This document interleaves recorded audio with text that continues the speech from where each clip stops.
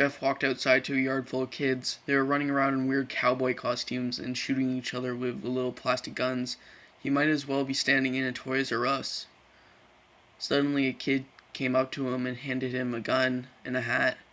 "Hey, wanna play?" he said. No, kid. I'm way too old for this stuff." The kid looked at him with a weird puppy dog face. "Please," said the kid. "Fine," said Jeff. He put the hat on and started to pretend to shoot the kids. At first he thought it was totally ridiculous that a grown teenager would be doing this. But then he started to actually have fun. It might have been not super cool, but it was the first time that he'd done something that took his mind off of Lou. So he played with the kids for a while until he heard a noise, a weird rolling noise. Then it hit him. Randy, Troy, and Keith all jumped over the fence on their skateboards. Jeff dropped the fake gun and ripped off the hat. Randy looked at Jeff with a burned hatred. "Hello, Jeff, is it?" he said. "We have some unfinished business." Jeff saw his bruised nose.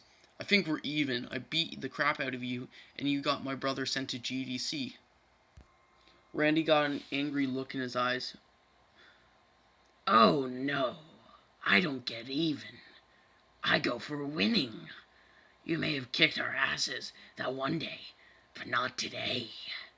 As he said that, Randy rushed at Jeff. Then both of them fell to the ground. Randy punched Jeff in the face and in the nose, again and again. Jeff grabbed him by the ears and headbutted him. Jeff pushed Randy off of him, and both rose to their feet. Kids were screaming and parents were running out of the house. Both Troy and Keith pulled out guns out of their pockets. "No one interrupts or guts will fly," they said. Randy pulled a knife on Jeff and stabbed him in the shoulder. Jeff screamed in agony and fell to his knees. Randy started kicking him in the face. After 3 kicks, Jeff grabs his foot and twists it, causing Randy to fall back onto the ground. Jeff stood up and walked towards the back door. Troy grabbed him. "Need some help?" He picked up Jeff and by his back collar and threw him for the patio door. As Jeff tries to stand up, he's kicked down to the ground. Randy repeatedly kicks Jeff until he starts coughing up blood. "Come on, Jeff, fight me." He picks up Jeff and throws him into the kitchen. Randy sees a bottle of vodka on the counter and smashes it over Jeff's head. "Fight!" He throws Jeff back into the living room. "Come on, Jeff, look at me." Jeff glances up, his face riddled with blood. "I was the one who sent your brother to JDC. Now you're gonna sit here and let him rot for a whole year? You should be ashamed." Jeff starts to get up.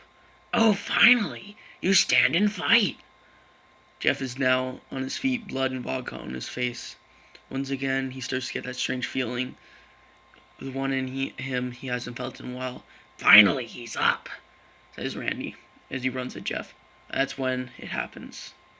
Suddenly, something inside Jeff just snaps. His psyche is destroyed. All rationality and thinking is gone. All he can do is kill. He grabs Randy and pile drives him into the ground. He gets on top of him, punches him straight in the heart. That causes Randy's heart to stop. As Randy grasps for breath, Jeff hammers down on him, punch after punch, blood gushing from Randy's body, until he takes one last final breath and dies. Everyone is looking at Jeff now. His parents, all the adults, the kids crying, even Troy and Keith. Although they easily break from their gaze and point their guns at Jeff. Jeff sees the guns trained on him and runs for the stairs. As he runs, Troy and Keith let out fire at him. Each shot misses. Jeff runs up the stairs. He hears Troy and Keith follow up from behind. As they let out their final rounds of bullets, Jeff ducks into the bathroom, grabs the towel rack and rips it off the wall. Troy and Keith race in, knives ready. Troy swings his knife at Jeff, who backs away and bangs the towel rack onto Troy's face. Troy goes down hard, and now it's left is Keith. He is more agile than Troy, though, and ducks when Jeff swings the towel rack. He drops the knife and grabs Jeff by the neck. He pushes him to the wall. A thing of bleach fell down on top of him from the top shelf. It burnt both of them, and they both started to scream. Jeff wiped his eyes as best as he could, and he pulled back the shower rack and swung it straight at Keith's head. As he lay there bleeding to death, he let out an ominous smile. "What's so funny?" said Jeff. Keith pulled out a lighter and switched it on. "What's so funny," he said, "is you're covered in bleach and alcohol." Jeff's eyes widened as Keith threw the lighter at him. As soon as the flames made contact with him, the flames ignited the alcohol in the vodka. While the alcohol burned in him, the bleach bleached his skin. Jeff let out a terrible screech as he caught on fire. He tried to roll out the fire, but it was no use. The alcohol had made him into a walking inferno. He ran down the hall and fell down the stairs. Everybody started screaming as they saw him. Now a man on fire, dropped to the ground, nearly dead. Last thing Jeff saw was his mother and the other parents trying to extinguish the flames. That's when he passed out.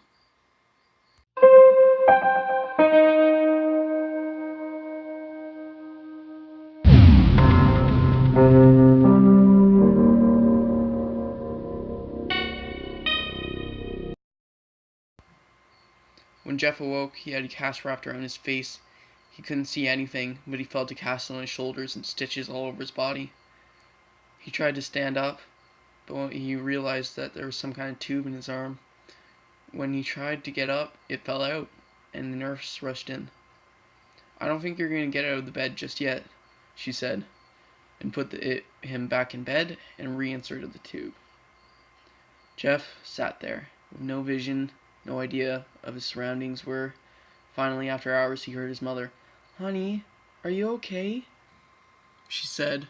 Jeff couldn't answer, though. His face was covered, and he was unable to speak. "Oh, honey, I have great news. After all the witnesses told the police that Randy confessed for trying to attack you, they decided that Lou should be released." This made Jeff almost bolt up, stopping halfway, remembering the tube coming out of his arm. "He'll be out tomorrow, and then you two will be able to be together again." Jeff's mom hugs Jeff and says her goodbyes. A couple of weeks later were those where Jeff was visited by his family. Then came the day where his bandages were to be removed. His family were all there to see it, what he would look like. As the doctor unwrapped the bandages from Jeff's face, everyone was on the edge of their seats. They were waiting until the last bandage holding the cover of his face was almost removed. "Let's hope for the best," said the doctor. He quickly pulled off the cloth, letting the rest fall from Jeff's face. Jeff's mother screams at the sight of his face. Lou and Dad stare awestruck at his face. What happened to my face?" Jeff said. He rushed out of the bed and ran to the bathroom. He looked in the mirror and saw the cause of the distress. His face. It's horrible. His lips were burnt with deep shade of red. His face turned into a pure white color, and his hair stained from the bleach turned from brown to black. He slowly put his hands to his face in a sort of leathery feel it had. Jeff looked back at his family and back into the mirror. "Jeff," said Lou, it's not that bad." "Not that bad," said Jeff. "It's perfect." His family was quite equally surprised. Jeff started laughing uncontrollably. His parents noticed that his left eye was starting to twitch. Jeff, are you okay?" said Lou. "Okay? I've never been more happy." "Look at me. My face goes perfectly with me. He couldn't stop laughing. He stroked his face, feeling it, looking in the mirror. What caused this? Well, he may recall when Jeff was fighting Randy. Something in his mind, his sanity snapped. Now, he is left as a crazy killing machine. That is, his parents didn't know. Doctor, suggests Mom, is my son alright, in the head? Oh yes, this behavior is typical for patients that have been under huge amounts of painkillers. If his behavior doesn't change in a few weeks, please come back here and I'll have a psychological test on him. Oh, thank you, Doctor, suggests Mom. She went over to Jeff. Jeff, sweetie, it's time to go. Jeff looked back away from the mirror, his face still torn with a crazy smile. Okay, Mommy.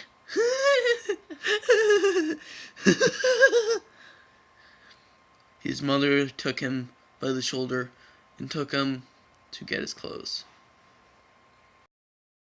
This is what he came in, said the lady at the desk. Jeff's mom looked down at the seated black dress pants and the white hoodie her son wore.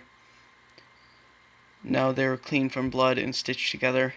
Jeff's mom led him to his room and made him put on his clothes. And then they left, not knowing that there was their final day of life. Later that night, Jeff's mom woke to the sound coming from the bathroom. It sounded like someone was crying. She slowly walked over to see what it was. She looked into the bathroom and she saw a horrendous sight. Jeff had taken a knife and carved a smile into his cheeks. Jeff, what are you doing? Asked his mother. Jeff looked over at his mom.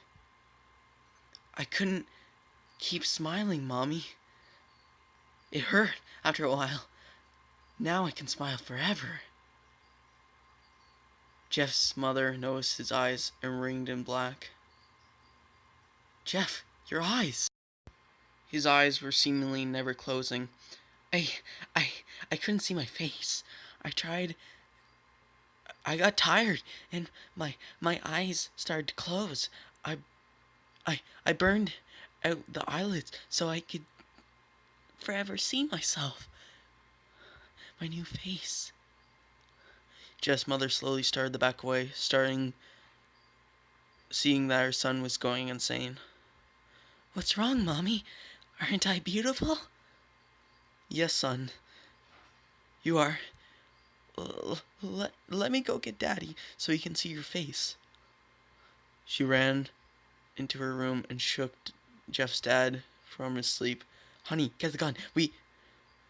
She stopped as she saw Jeff in the doorway holding a knife. Mommy, you lied. That was the last thing they heard as Jeff rushed at them with the knife and both gutted them. His brother Lou woke startled by some noise. He didn't hear anything else, so he just shut his eyes and tried to go back to sleep. As he was on the border of slumber, he got the strangest feeling that someone was watching him. He looked up. Before Jeff's hand covered his mouth, he slowly raised the knife, beginning to plunge it into Lou. Lou thrashed here and there, trying to escape Jeff's grip. Shh, Jeff said. Just go to sleep.